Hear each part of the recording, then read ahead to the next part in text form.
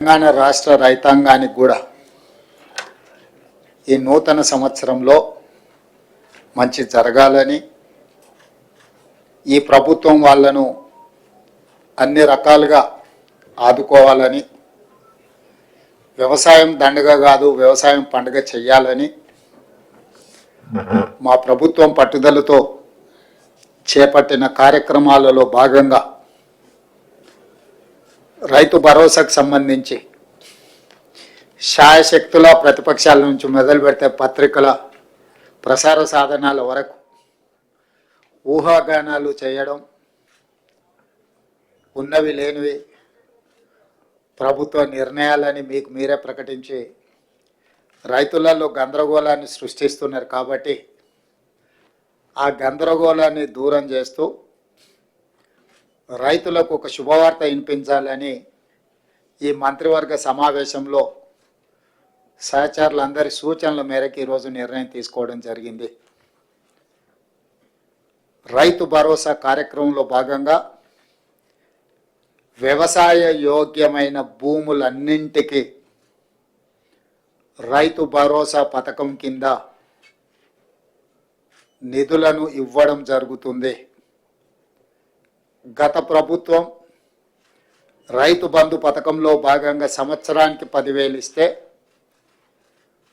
మా ప్రభుత్వం ప్రజాపాలనలో రైతులందరికీ సంవత్సరానికి 12,000 రూపాయలు ఇవ్వాలని నిర్ణయం తీసుకున్నది. అదేవిధంగా భూమి ఉన్న రైతులకు రైతు భరోసా పథకం కింద వ్యవసాయ యోగ్యమైన ప్రతి ఎకరాకు 12,000 రూపాయలు ఇస్తున్నప్పుడు, తండాలలో గూడాలలో మారుమూల పల్లెల్లో ఉన్న భూమి లేని వ్యవసాయ రైతు కుటుంబాలు, భూమి లేకపోవడం ఒక శాపము, ప్రభుత్వం మమ్మల్ని ఆదుకోకపోవడము ఇంకొక శాపము అన్నట్టుగా పాదయాత్రల సందర్భంగా అటు భట్టి విక్రమార్క గారికి కానీ నాకు కానీ ఈ మధ్యకాలంలో మా మంత్రివర్గ సహచరులు పర్యటనలకు వెళ్ళినప్పుడు దృష్టికి తీసుకురావడం జరిగింది. అందుకే మా ప్రభుత్వం భూమి లేని వ్యవసాయ కుటుంబాలకు ప్రతి సంవత్సరానికి 12,000 రూపాయలు వాళ్ళకు కూడా ఇవ్వాలి, వాళ్ళు కూడా మన సమాజంలో మనలో భాగమే అని గుర్తించి ఈ పథకాన్ని అమలు చేయాలని నిర్ణయం తీసుకున్నది. ఈ పథకానికి ఇందిరమ్మ ఆత్మీయ భరోసా పథకం అని చెప్పి నామకరణం చేయడం జరిగింది. ఈరోజు భూమి ఉన్న వ్యవసాయ యోగ్యమైన భూములకు రైతులకు ఎకరాకు 12,000 ఇవ్వడమే కాకుండా, భూమి లేని వ్యవసాయ కుటుంబాలకు సంవత్సరానికి 12,000 రూపాయలు ఇందిరమ్మ ఆత్మీయ భరోసా పథకం కింద ఇవ్వాలని నిర్ణయం చేయడం జరిగింది.